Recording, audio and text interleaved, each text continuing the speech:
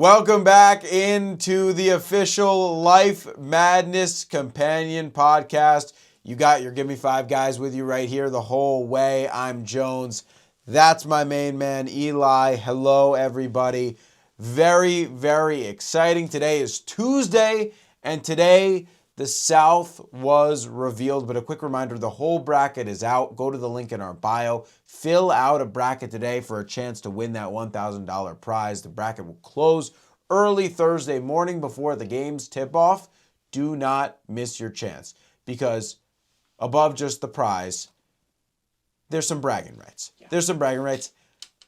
And Eli, even deeper than that, I would say for the real niche Life Madness fans, for the real fans, there's some pride in getting this South region right, because it's absolutely stacked. And to know how this is going to unfold would be something special. It'd be special. And you could just ask Jamie, who won last year. Jamie, shout out. Jamie, if you're listening, shout out to you. Jamie, last year's champion, won the $1,000. I'm sure that was put to good use. Definitely some bottles of champagne were probably bought. Maybe it went toward tickets for this year's Life Madness. Or was it those 2,857 ring pops? Whatever it was, Jamie, I hope you enjoyed it. But this year, that could be you. If you follow in Jamie's footsteps and you win Life Madness, the bracket challenge, you win $1,000. And you're right, Jones, I think it could come down to the South region, because wow. What a region. What a region. Starting off hot. I'm going to jump in. Jump. I'm with you. I'm jumping in. Right behind you, partner. Woohoo Island, the 1 seed, destroying a bro in fantasy. And let me give you a personal anecdote. Please do. I used to hate this team because I could never watch them play. They wouldn't be on TV. I have LCAA Plus, but obviously Destroying Bro in Fantasy, an independent team, one of the few independent teams not in a conference in Life Madness. And I would never get their games. I could never watch them play. Yeah. This last season, Jones, I watched them play a couple times. Really? A few times. Many times, Jones. I became basically a season ticket watcher. I watched them pretty much every single week, and I get the hype now. I'm all in on them. Yeah. I mean, I'm high on this team too. As you know, I watched them a good amount of times this season as well. Unfortunately, you talk about some of the stars on this team, JSN, Pigeon Robinson, Brandon Aubrey, Puka Nakua. The list goes on of who these guys can put into the game. But I was unfortunately on the wrong side of watching this team, watching Pigeon Robinson in one of their played against you in one of their critical games. Yeah. But this team is really, really good. And something I want to talk about, very interestingly, is they had a team logo switch mid-season. Yeah. Because they had your guy who's sitting on your desk right there. Show him to the fans, Eli. That's Lamar Jackson right there. Thank you, Messina. Maybe if you put a little arrow and a pointer and a ding to him, that'd be great. Who knows? Just giving Messina some extra work, our fearless producer. It used to be Lamar Jackson's world, and we were just living in it. He was a star of this Destroying Bro and Fantasy team. And I got to say, I was very high on him coming into this season. And he burned me, Eli. He burned me pretty bad. I know he burned you as well. Hopefully, this team logo switch will light a fire under him, and he gets better. And he contributes to this team next year. Because during this Life Madness, we're not looking towards him. And I think it's a mistake by head coach of this team, because he's the best to ever do it. Okay. And he's the greatest player ever. Honestly, that's what I believe, Jones. Yeah. And I firmly think he should not only be starting for this team, he should be starting for every team in Life Madness. I don't even know how that would work. But that's how good of a player he is. And I'm devastated that he's off the logo now. He's probably not going to start for them in this tournament. He's probably going to come off the bench. They've instead gone to Christian McCaffrey as their logo. An interesting choice. He's had a tendency to get injured. But we like him too. We do. We love Christian. We love Kyle Juszczyk. We love you, Kyle. Kyle Juszczyk, a friend of the show. Member of the Gimme Fam. Maybe he should be on the logo. But this team is going to have an interesting first round game against the 16 seed Chess. I said it today. A team that's always been very ahead of the rest of the league, and something that we can both admire as two men who were ahead of our time, right? You remember back in the 1500s, everybody was saying, "Oh, go be what's those things called? A sorcerer." They were like, "Go be a sorcerer, a woodworker. Yeah, go be a woodworker. Go be welders. Go be an explorer." My mom was always saying, "You know that Columbus down the street? Like, go be like him." And I was like, "Mom, I'm an LCAA analyst." So we were ahead of our time. People are now coming around on the LCAA, but back then we were laughed at, we were ridiculed, scoffed at. So we were ahead of our time, and much like us, this Chess team was ahead of their time. There was a time when everybody in this conference was just playing checkers, and they were playing their own style of ball, and I admire that a lot. We know about their captain, King, Jones. He has to stay upright in this game. Yep. If he goes down, this team loses every single time. They got to protect him. They got to keep him healthy. He doesn't do a lot on the court, honestly. He doesn't really move. He's not very mobile. But if they can keep him upright, they have a chance. Queen's going to have to go for a quadruple double. She's going to have to score a ton of points. Bishops, knights, rooks, everybody's going to have to play fantastic. Is there even a 0.1% chance of a 16-1 upset here? No. Okay. There's not. But they are such an interesting team, like you said. It's rare that one of your worst players, if not your worst player, is your most important player. That you got to keep protected because of what he gives to that locker room. I mean, I think Pawn is a little bit worse. Pawn may be a little bit worse, okay. And there's a couple of them, of course, on the team. There's a lot of them. There's a lot of them on the team. Yeah. So, you might be a little biased just by the numbers. And what is that, by the way? Is that like a family thing? Yeah, well... Why are there just 10 pawns on the team? Well, they have cloning technology. What? You didn't hear about the... No. Oh, yeah, they cloned. There used to just be one pawn. They cloned him. Yeah. And why are they all on the team, though? Did they sleep with the coach? No. We allowed to talk about that? No. But after... There's an LCAA rule that you can't clone, but if you do clone, then they all have to be on the team. Oh, I didn't know about that. Yeah, no. To read the handbook. Okay. That's my bad. Page 8,576. That's my bad. I'm unprepared today. Article 18. But it's really about putting your body on the line for King, right? So Queen, their best player, Knight good, Rook good, Bishop good. Can they just put their bodies out on the line and make some sacrifices? Unfortunately, McCaffrey will take Bishop easily, right? JSN, he'll take care of Rook. Puka. I think Puka can guard all pawns and queen. Puka will take the pawn and the queen himself. Yeah. And then, are you going to tell me the king is left with Josh Allen? Yeah. And who's guarding Pigeon? And who's... and it's like, over. If Tucker Kraft is in there... Oh. Yeah. Forget about it. Yeah. And a little Tet McMillan, maybe? Yeah. Oh, my gosh. Don't even get me started. But you know what you should get me started on? It's this 8-9 matchup. One of the juiciest 8-9s we have. 8-9s are always kind of supposed to be pick'ems, and Vegas is going to reflect that. But this one is actually, this is what makes Life Madness Life Madness. When you have two teams coming from very, very different parts of the LCAA, taking on each other in an epic clash. We have the 8 seed, the Marvel Cinematic Universe. We have the 9 seed, Your First Love. Eli, make some sense of this for me. Yeah, it's an interesting game. Marvel Cinematic Universe... Is it? I don't know. I'm looking at it right now on my screen. Folks at home, those of you not watching the YouTube, by the way, watch the YouTube. It's great. And our editor, Messina, does a great job on the YouTube. So you're slighting him. Yeah. If you're just listening. Messina's going to be upset if you don't watch the YouTube. Go watch the YouTube. But can I just quickly ask you, but there's a video feature on Spotify, no? So we'll have that on too. We don't run the Spotify. We'll have our bosses handle that. Right. No. We obviously won't do it. But Pinhead Suits in the back. If you could get the video feature on Spotify, so, Messina's beautiful work can be shown there too, that would be fantastic. Be great. Thank you. Be great. Thanks, guys. Thanks, bosses. But yeah, this 8-9 matchup is interesting. It's really interesting. And if you had asked me 2 days ago before the selection show, which of these two teams is better, I'd say it's not close. Your First Love. It's not close. They're a championship level team. Something happened. This is a team that's very near and dear to my heart. You obviously remember way back at the beginning of time, my first love, Eve, most beautiful woman I've ever seen. She was stolen from me by some knucklehead. What was his name? Adam, maybe? Adam. Fuck. That was his name. Yeah.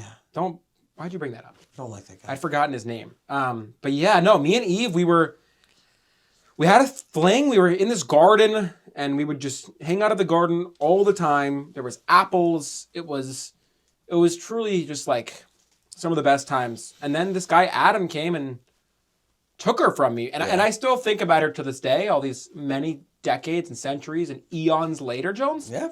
You don't forget your first love. She was my first love. And I don't know that anybody will ever top her. And so to me, this is a team that, I thought, okay, this is a team that resonates with people. They've got great talent, high school sweetheart, college sweetheart, two fantastic players in that front court, great ball handlers. They're a really loaded team. And so I was like, this game's a blowout. But Jones, I was having a conversation last night with my pet rabbit, Timothy. Yep. And he said to me, Eli, I want you to think about all the best super teams. So I thought back. About all the great super teams. Salem Witch Trials, first ever super team, right? Corn is Shocking. We've talked about them so many times. We can't get through a podcast without talking about Corn. Yeah, they're the greatest in the early 2000s. And then Friday, right? The Friday squad of 2023, definitely one of the greatest super teams of all time. That team was fantastic. Yeah. And he said, Eli, I know they're an 8 seed, but this Marvel Cinematic Universe, they're like the Avengers. Yeah. That's how much of a super team they are. And I thought about it. I really thought about it. And I said, okay, Iron Man at the 1, Black Panther at the 2, Spider-Man at the 3, Hulk at the 4, Doctor Strange at the 5, and Jones, the bench might be even deeper. And I said, wait a minute. I might be taking the 8 here. I don't know what to think. It's hard to know what to think because, like you said, this MCU team is absolutely stacked. Destroyed DC in the Classic Superhero Invitational. I mean, they played 18 times this year. Yeah. 18 0. 18 0. Not even a hesitation. So while you feel good about them, it's going to be tough with your first love. It's always hard analyzing this team. Like you said, you bring up Eve every time. You somehow work in Eve. Everybody knows about my first love because it happened, our good friend who we talked about in the last pod, Shakespeare, had to write a play about it. Yeah. Juliet, this guy named Romeo comes in and suddenly I have no more shot at Juliet. She's dead. Yeah, she's dead, unfortunately. So that was, I still don't forget her. At least you had a shot with Eve. I had... What was that supposed to mean? Well, once Romeo comes in and then essentially kills Juliet. Yeah, but that's your own fault. Well, you lost her. What, you gonna blame the apothecary? I'm gonna blame the apothecary. Why are you throwing shots at my boy? Yeah, well, that's how I feel about the. It was equally your fault as it was my fault. Okay, just don't give me slander. We can agree. No, but I'm gonna slander you. Don't slander me. I'm allowed to, dude. We're really gonna do this right now? No, we're not gonna do this right now because the pinhead suits are starting to come in when they see whenever, and Messina knows this. We have Messina sitting in a booth right there, and we got the pinhead suits over here. And when they start to walk a little closer, that means because there's a couple times when you work with somebody for 80 billion years, things happen. Yep. And we've gotten into a few full-on brawls. Yes. Things were thrown. Yes. Desk items. One time, I just have to say, and again, this is a bit of a tangent, but this great DeAndre Hopkins, I got this. And for the people listening on the pod, Jonah has on his desk a figurine of DeAndre Hopkins. I do. And I got this at the Corn Shucking Championship of 2006. So that's why it means so much to me, because it was one of our favorite Life Madness championships. Anyway, things like that have been threatened, thrown, and nearly broken. But anyway, let's not get into it today. Wait, let's just do a quick 3, 2, 1 namaste to make sure nothing happens. 3, 2, 1 namaste. Okay. We're back. We're back to that. But anyway, Eli, we're not making picks yet, not necessarily. But this game is going to be close to a pick'em, I think, in Vegas. With the 9, a slight favorite. I think that's fair. Yeah. I think that's fair, and I think that'd be my pick as well. As much of an Avengers-level team as this 8 seed is, and as great as they've been, like you said, they dominated DC Cinematic Universe, and that's a big rivalry. I think First Love is just too good. And I think that second round game between Destroying Brawn Fantasy and Your First Love, if it ends up being that way, families, generations of families will be fed by that game because that's an amazing game. I wish I was going to be there in Woohoo Island. We won't be there. We'll be in Jurassic Park. Everybody knows. But that's going to be a fantastic second round game if it comes to it. Let's move down to the 5-12 game. Let's do it. In Smallville. Mm-hmm. We have the 5-seed all-time roulette run. The 12-seed game, Pigeon Jones. I want to touch on this. I want to get out ahead of this. Get out ahead. Okay. And it wasn't Mansa Musa. So I don't know. I'm so bad. You know, I'm so online all the time. I'm always on Twitter, and I see people tweeting all the time, and I never remember who it was. Mm-hmm. Somebody tweeted this out, that apparently head coach of this all-time roulette run team hasn't yet decided if the guys are going to be wearing all red or all black. Oh. And that, to me, is the most important decision this team can make. It was Ace Rothstein. Yeah, it was Ace Rothstein. You're right. Yeah. And I think if they wear all black, this is a team that I think has championship-level aspirations. I think if they wear all red, they're a first-round exit. Uh-huh. What are they wearing? You know, you would think they come up black. Head coach dealer, you know, how they spin that wheel, and you never know what might come up. But you have to go all in on these guys. Mm-hmm. And that's where I see that's when I see this team fail. When this team is trepidatious. When they go, we're a little here, we're a little there, we're going to start a guy here, we're going to start a guy there. No. Suit up in black. Push everything into the middle. Mm-hmm. We're here now. Yeah.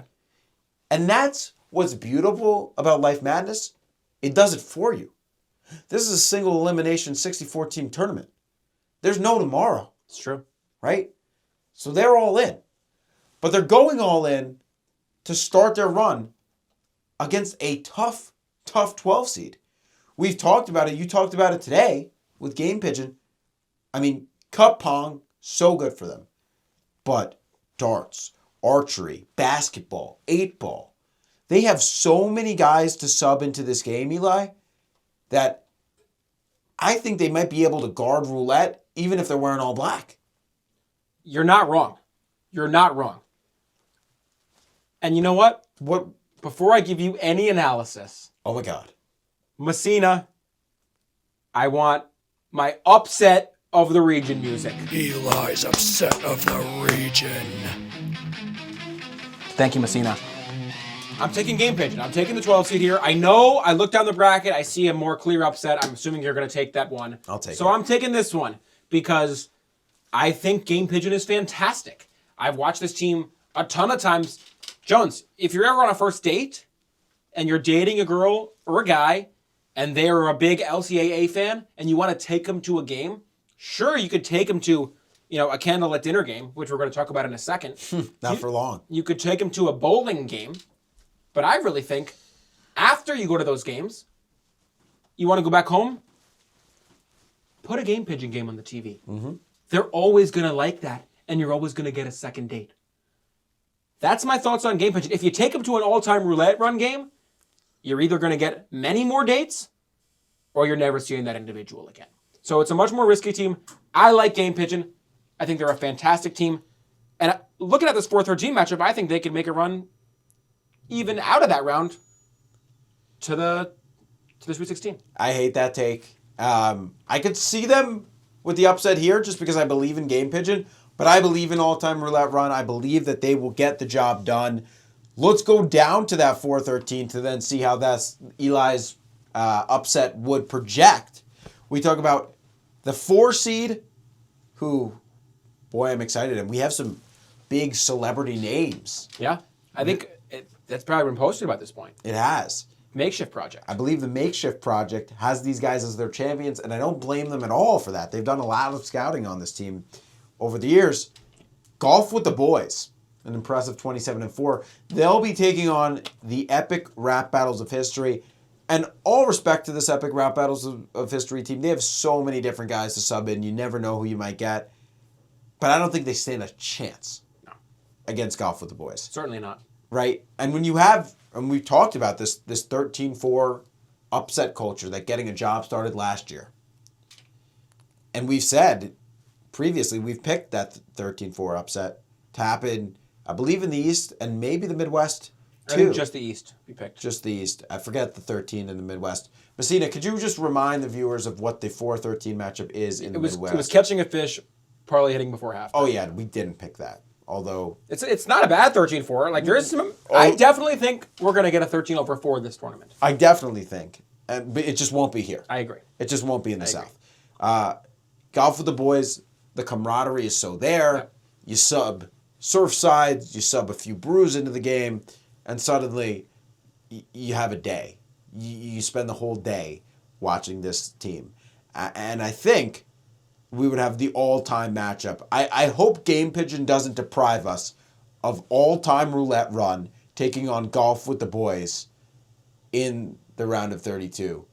That would be a special matchup. Well, I hope they do, because I want to see Game Pigeon versus Golf with the Boys in the round of 32 instead. But either way, I think Golf with the Boys is a fun team. You're right, Makeshift Project has them going all the way. We all know they've been LCA analysts for 46 years. Not quite as long as us, but they know some ball. They do. So I trust them with that take, and I think they're a really good squad, Golf with the Boys. I think they're probably the favorites to come out of Smallville. I know I just said I think Game Pigeon will, but I'm just being maybe a little too optimistic. Okay. I want to move down. And I know we didn't touch on Epic Rap Battles of History. If you're an Epic Rap Battle of History fan, I apologize. No disrespect. You guys making the tournament is very impressive. They're, of course, out of the Things You Forgot Existed conference, which is a good conference. It's been a great year for you. Your season's coming to an end here. Let's move down to the games to be played at King's Landing. Jones, we tried to get tickets to this game. We tried. We did. I'm not going to say what we did to try to get tickets, because unforgivable things. It's illegal in many states. Only some, yeah. No, many. But yeah, many is 36 out of 50. Right, that's some. Yeah. Anyway, it was bad. We tried to do some things to get tickets to this game. Yeah. And we did the things, and we didn't get the tickets because these tickets were sold out. Sold within 7 seconds of them going on sale. And the LCAA, by the way, I take issue with that. I mean, we've been broadcasting for 80 billion years. You would think we would get some level of priority, but this just goes to show, like, they only care about money these days. Folks at home, if anybody listening to this right now got tickets to King's Landing to see Candlelit Dinner play Perry the Platypus, I want you to send me a DM. Send Gimme 5 a DM right now and tell us how you got those tickets. Because I don't know that a single civilian did. I think it was all world leaders and LCAA analysts that are higher ranking than us. Because this is the game of the round, Jones. I said it already. Candlelit Dinner, Perry the Platypus, and let me just give you a little bit of a brief intro on these teams. Sure. Because I want to hear your take. I know this is your favorite team of all time. Candlelit Dinner, obviously a fine season for them.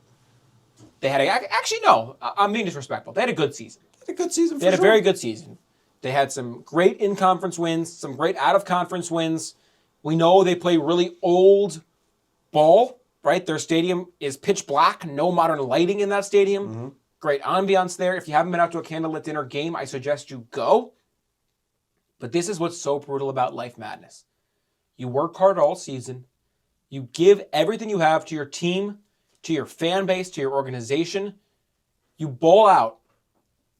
You make the tournament as a 6 seed, and this is how you're rewarded. Perry the Platypus, America's team. Every single person in America, maybe not everyone, but most people in America, this is going to be their favorite team. Right. We've seen them the last 2 Life Madnesses. They were at 12. They made it to the Sweet 16 both times. Now they're in 11, the best seed they've ever had. And Jones, I think this is the best iteration of Perry we've ever seen. How far can this team go?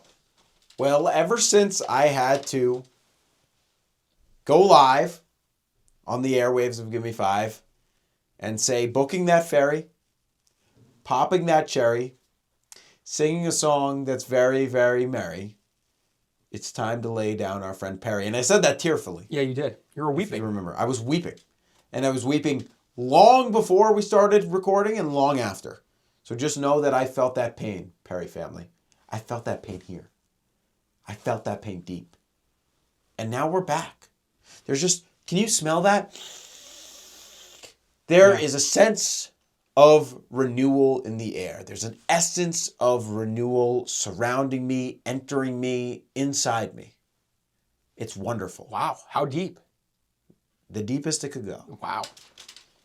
Because Perry the Platypus is back. Like you said, the best seating that we've had ever. There was the hype tapes, the tweets that are coming out, the shirtless videos of this team working out. I mean, there is a culture. This team's culture right now is on a different level. And they're going to blow by candlelit dinners. Well, they're going to blow by candlelit dinners. No disrespect to them. They're going to blow by them. Oh, how could I be so remiss? Messina, not that you even have to, but you have to. Play my upset music. Jones upset of the region. Perry the Platypus, easy win here in the first round. Not even thinking about that. Play my double upset music. Double upset. We're going to get down to this 3-14 matchup, Ice Cream and St. Patrick's Day, and I want to analyze this matchup because they're both good teams. But Perry will also take care of Ice Cream and will be again in the Sweet 16. wow. That is bold. I don't know how I feel about that. Look, like I said earlier, Candlelit Dinner, it's been a great season. But Jones, we all know. We all know. Candlelit Dinner, Yannick Zinner, wearing a suit that makes you look thinner. It's Perry in 5. And that's not going to be close. I expect him to be a heavy favorite. I expect him to take care of business. I expect him to cover the spread. And I expect him to win. But this is a tough second round matchup. And this is the difference, Jones. When you're a 12 seed, sure, you got to play a 5 in the first round. But you get rewarded. You get a 4 in the second round. This time around, yeah, Perry gets a 6 in round 1, but he's got to play a 3 in round 2. And this Ice Cream team is really, really good. We know famed LCAA analyst Ryan Hammer. He's actually on the call, by the way. I don't know if you saw that. He's on the call for some of these games. Yeah, I did. It's him, it's Kramer, Beethoven, and Tracy Wolfson. Yeah, Ryan, congrats to you. Yeah, congrats, Ryan. I'm excited to hear him on the call. I think, where's he going to be this year? Is he in Agrabah? Is he stopping by Agrabah? I think he's got the games in Agrabah. It's going to be warm for him. I'm going to send him some fans that disperse water. Send him some dispersible fans. But he's a big Perry fan. Yep. But he has Ice Cream winning it all. Mm-hmm. Insanity. And that just goes to show, I think there are a lot of people out there that love Perry and want Perry to go the distance, Jones.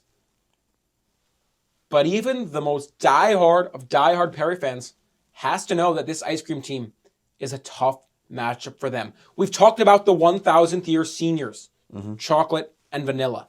They've been in the team for so long. And they're still so good. They've made some great transfers in the offseason. They brought in Rocky Road. They brought in Cotton Candy. Mm-hmm. Mint Chocolate Chip was the MVP of the team this season. Oh, don't get me started.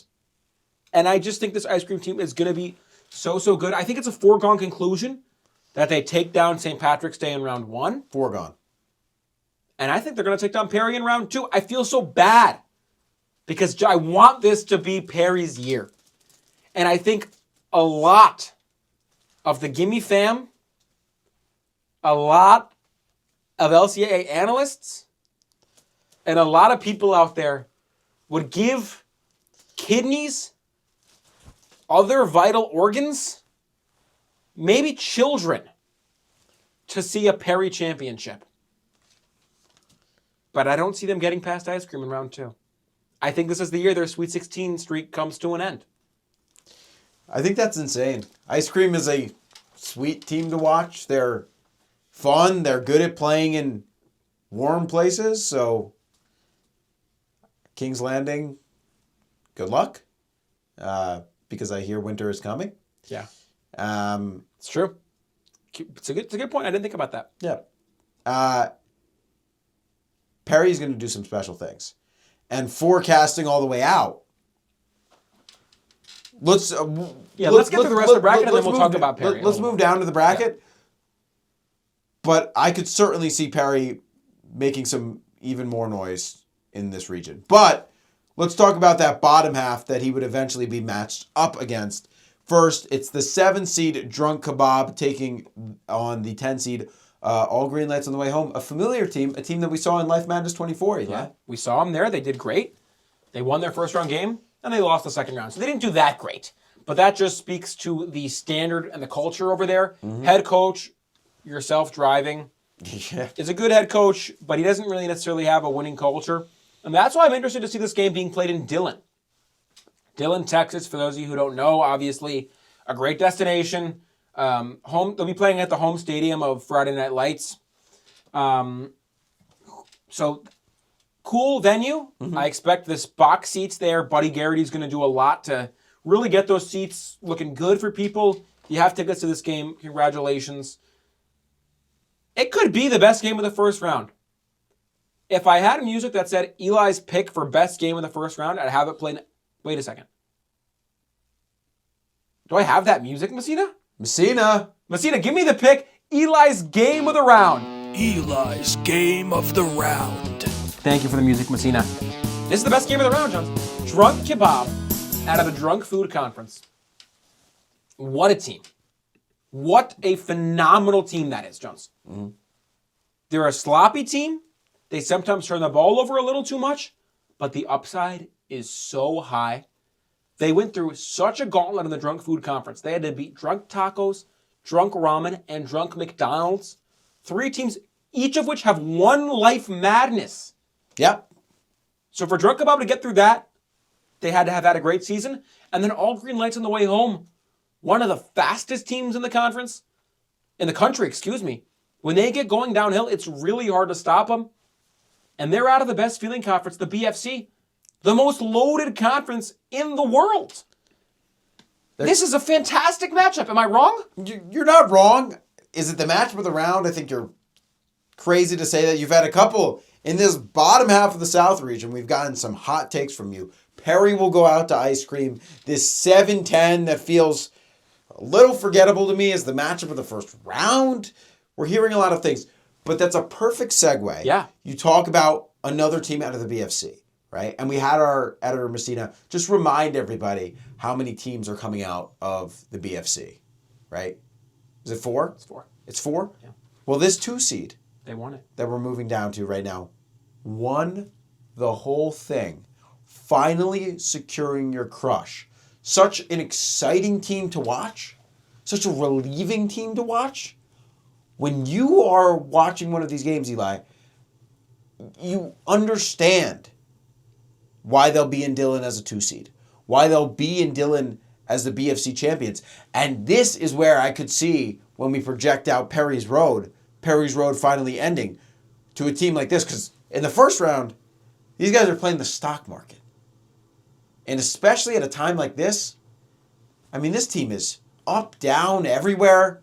Believe me, I'm invested in them, right? Even when this team is up, down, all around, for some reason I stay invested in them.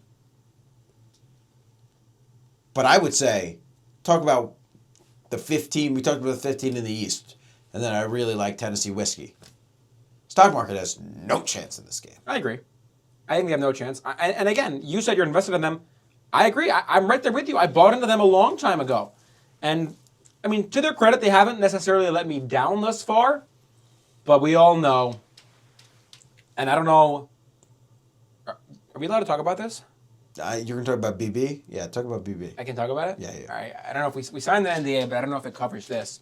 So we were there. We had the luxury. We were in the locker room at the Market Conference Championship game. They were playing against Supermarket, and we were doing a spot for, was it CNN? It was one of those outlets that they do. Something. I don't know. If it's not, give me 5. I don't really care. Whatever. They asked us to do some special report on stock market because it was the first time in the championship game since 2009 when they had that crazy run after disastrous year in 2008. Yeah, complete crash. Yeah. So we were in the locker room pregame, right. and we were kind of doing some interviews, and the star players of this team, there are 2 star players, Bull and Bear. Mm-hmm. Jones. I mean, just thinking about it right now, it like kind of fills me a little bit with rage. So just to set the scene, so the way the lockers are in the room, right? There's two sides to the locker room. If you're not watching the YouTube, you can't really see, but I'm kind of painting a picture with my words. There's a left side and a right side, right? Sure. And on the left side, you have Bull's locker, and then like a few other lockers. And on the right side, you had Bear's locker and a few other lockers. And head coach Jordan Belfort was in there, and he was giving the speech. And all of a sudden, Bull stood up, and Jonah and I were like at the back, and it was kind of a square. Us across from Belfort, Bull across from Bear.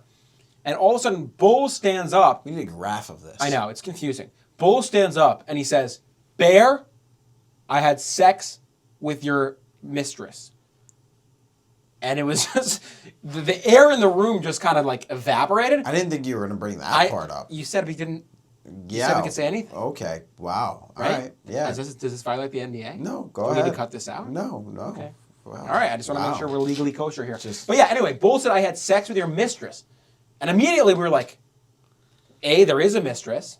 B, she's involved with both these guys. Why is he bringing it up in front of the biggest game of the season? Like, there was just so many questions. Belfort falls on the ground, collapses in shock, because I think it came out after he was also having relations. Right. And obviously, Bear freaks out. His wife, Mrs. Bear, they have the Bear family. Sure. They got their kid, they got Goldilocks in that house, whatever. His wife, they've been married for millions of years. He's been cheating on her, obviously, with his mistress. He freaks out. He says, well, I had sex with you. And that was just, didn't make any sense, actually. They immediately get up. They butt heads. They start fighting. Blows are coming. Furs being pulled off. Horns are being ripped off. You and I, we were clutching our pearls. And then I made the mistake. Yeah. Which I shouldn't have done. Are you not? Right. But can I say? Yeah, say it. I grab the bullhorn. I grab Belford's bullhorn out of his hand, out of his almost dead hand, because he had collapsed. We didn't know if he was alive. And I said, I had sex with all of you. And then... which didn't even make sense, because it's not true. It was a joke that that missed. Yeah. Because then they assaulted me. They attacked you. Yeah. Yeah, so it was... Yeah. It was a lot. Yeah, it was a full This was brawl. all before the game. And credit to them, they won the game. They did win the game. The pregame brawl, it was a pregame four-person brawl between Jones, Jordan Belfort, Bull, and Bear. All four of them fighting, like, aggressively. And Eli, just imagine. I was just watching. This is his pearls, right? And he's just like this. I was clutching my pearls. Clutching my pearls, them. but watching and kind of interested at the same time. I was talking to some of the teammates. I was like, does this happen often? They were like, no, it's never happened. But yeah, insane story before that game. We walked out kind of in a daze. You were missing an ear after Bear bit it off. Well, I sewed it right back on. You did. Yeah. And we walk on the court. We're like, what the hell just happened? Sit courtside. Obviously, we had great seats. And we watched them. They won by 46. Yeah. So it was crazy. I like to think I was a part of that, but I don't need any credit. You had nothing to do with it. I don't need any credit, and I haven't been shouted out on X or anything, but bearable if you want to. But anyway, that is an insane story that I'm happy that we just broke live on air. And I say it only to say they're not going anywhere. They're not going anywhere. They're not going anywhere. They're not going anywhere. Yeah. They have no chance because the teammates can't even get along. No. Bear and Bull hate each other. Belfort, I think he quit the team after that, so I don't even know who their head coach is. Yeah, no.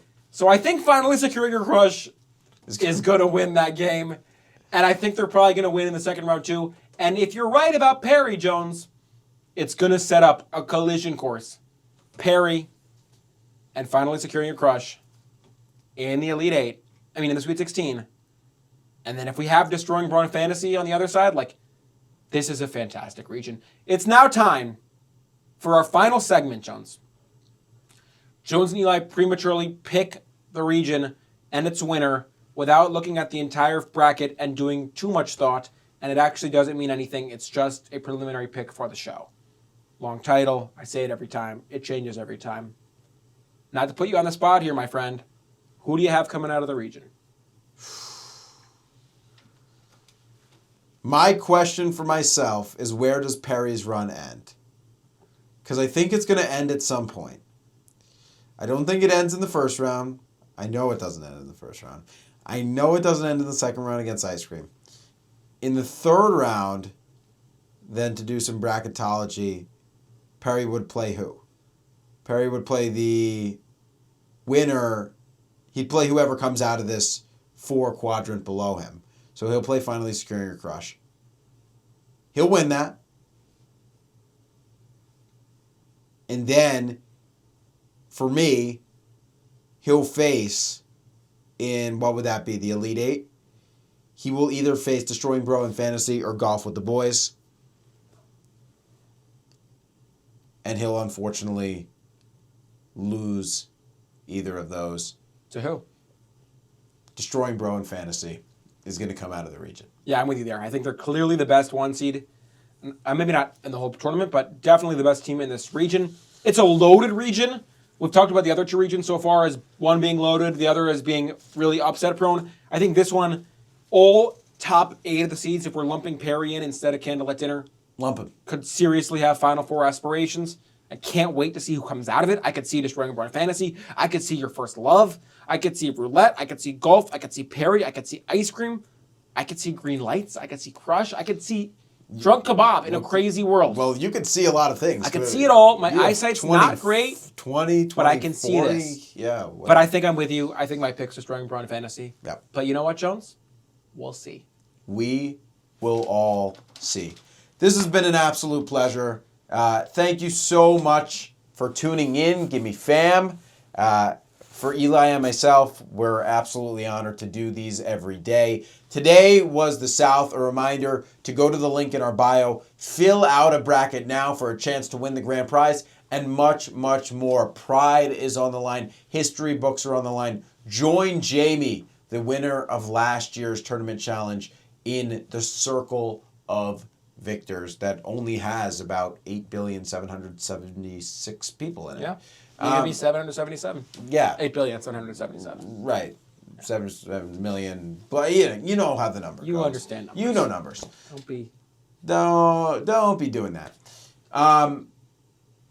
So anyway, go fill out your bracket, and then tomorrow we will wrap up on the podcast our analysis of the regions. We got our region reveal tomorrow of the West region on Instagram, on TikTok. And then we will have this entire analysis for you for the West region. And then you're going to want to stick around for podcasts because we'll be breaking down all the matchups for you as we move along in what's going to be a crazy, wet, and wild Life Madness 2026. So for everybody watching at home, from Eli and myself, we send you much love from here, and from here. We will see you very soon. Come back tomorrow, only on Gimme 5, for much, much